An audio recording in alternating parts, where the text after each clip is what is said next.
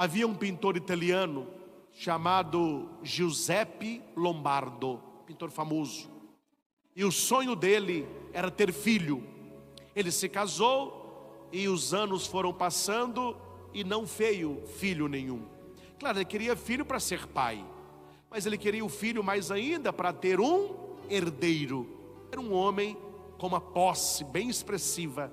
E deixar para quem? A mulher dele engravidou.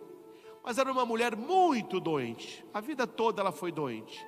E ela então gera uma criança muito doente. E quando aquela criança nasce, assim bem defeituosa, as perninhas tortas, os bracinhos para trás, aquela mulher que era muito doente entrou num processo de depressão profunda. E pouco tempo depois ela morreu. 3 anos, em pouco, ela já deixou o menininho órfão. Aquele homem, um processo de muita solidão, já tinha uma governanta, uma mulher que morava lá, uma senhora, e ela cuidava do menino. O menino, muito doente, também veio a falecer. Antes do menino falecer, ele, que era pintor, não é? Ele pintou o retrato do menino num sofá, um biomo que ele tinha. Mas pintou como o menino era. Pouco tempo depois, ele também numa crise existencial, parou de pintar e morreu também. Ele deixou um testamento, porque ele tinha uma mágoa. Por isso que não é bom a gente ter mágoa, né? Ele tinha uma mágoa da família, porque a família, ninguém visitava o casal por causa do menino. Ninguém queria ver o menino, muito feio, muito deficiente, torto, então ninguém ia lá. Então ele ficou com uma mágoa da família. Então no testamento, ele deixou o testamento assinado de próprio punho, que toda a fortuna dele não iria para os parentes, iria para leilão, que seria leiloado tudo que ele tinha. E todo aquele dinheiro do leilão seria doado para instituições naquela época, que cuidava de leproso, cuidava de pessoas também com deficiência, etc. Marcaram o dia do leilão, e todo mundo conhecia. A Europa conhecia os quadros de Giuseppe. Então o castelo dele, um salão enorme, lotou de pessoas. E o testamento era muito claro. O primeiro bem a ser leiloado era o quadro do filho, e depois todos os outros. E as pessoas foram, porque elas já conheciam um quadro conhecido, o Outono de Giuseppe, lindíssimo quadro. Então as pessoas queriam esse, outros queriam a Primavera, outros queriam a Mulher Solitária, uma mulher andando no caminho. São quadros caríssimos. Mas o primeiro quadro a ser apresentado foi do filho. Só que as pessoas não conheciam o quadro, né?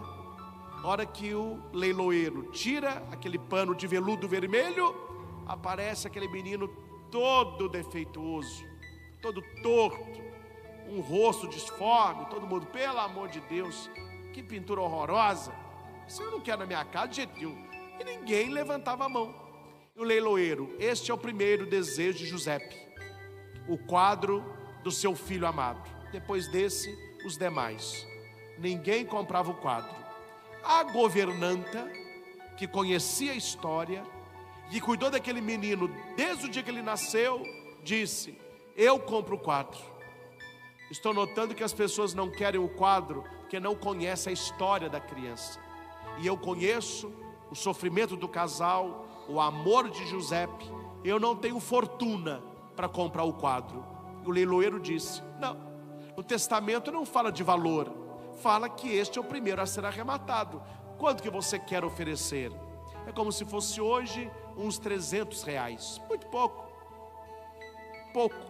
Algumas moedas que ela tinha ali, uma mulher pobre também. Então ela adquire o quadro, chamado O Filho. Quando ela vai pegar o quadro, e ela vai saindo do salão, tinha um envelope atrás do quadro. O envelope cai. Aí o leiloeiro disse: você leiloou o quadro, não o envelope. Devolva o envelope. A hora que eles abrem o envelope, que estava lacrado com cera, com o símbolo do anel de Giuseppe, ali estava o testamento 2.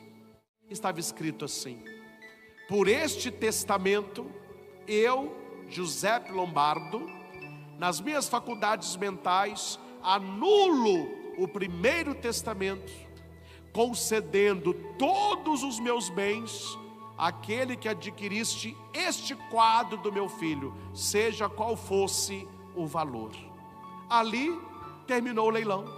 Aquela mulher pobre, de uma hora para outra, herdou toda a fortuna de Giuseppe.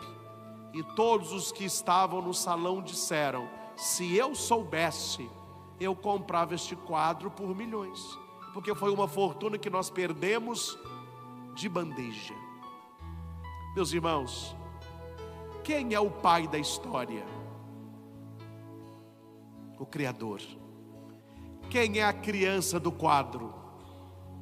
Jesus Cristo.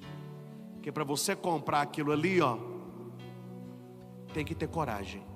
Isaías vai dizer que os olhos se desviavam, parecia um verme, não tinha aspecto humano, era feio de se ver, ninguém queria aquilo. Pega na minha gaveta, debaixo dos meus paramentos, aquela cruz que está lá, aquela dos monges. Vou mostrar para vocês uma cruz feita a partir do sudário. Então ninguém quer comprar alguém na cruz. Se fosse no trono, de púrpura e coroa de ouro, todo mundo quer. Mas como está na cruz, com espinho, ninguém quer. Só que aqui tem um segredo, meus irmãos. Aquele que diz e assume Jesus como o rei da sua vida, como o Senhor da sua história, você não pense que atrás da cruz terá um envelope. Terá muito mais que um envelope. Porque assumindo Jesus Cristo, você assume a salvação que Ele nos comprou. Então quando nós vemos um aspecto como este que aqui está, este aqui é um crucifixo feito pelos monges, que passa uma visão de como Jesus estava na cruz.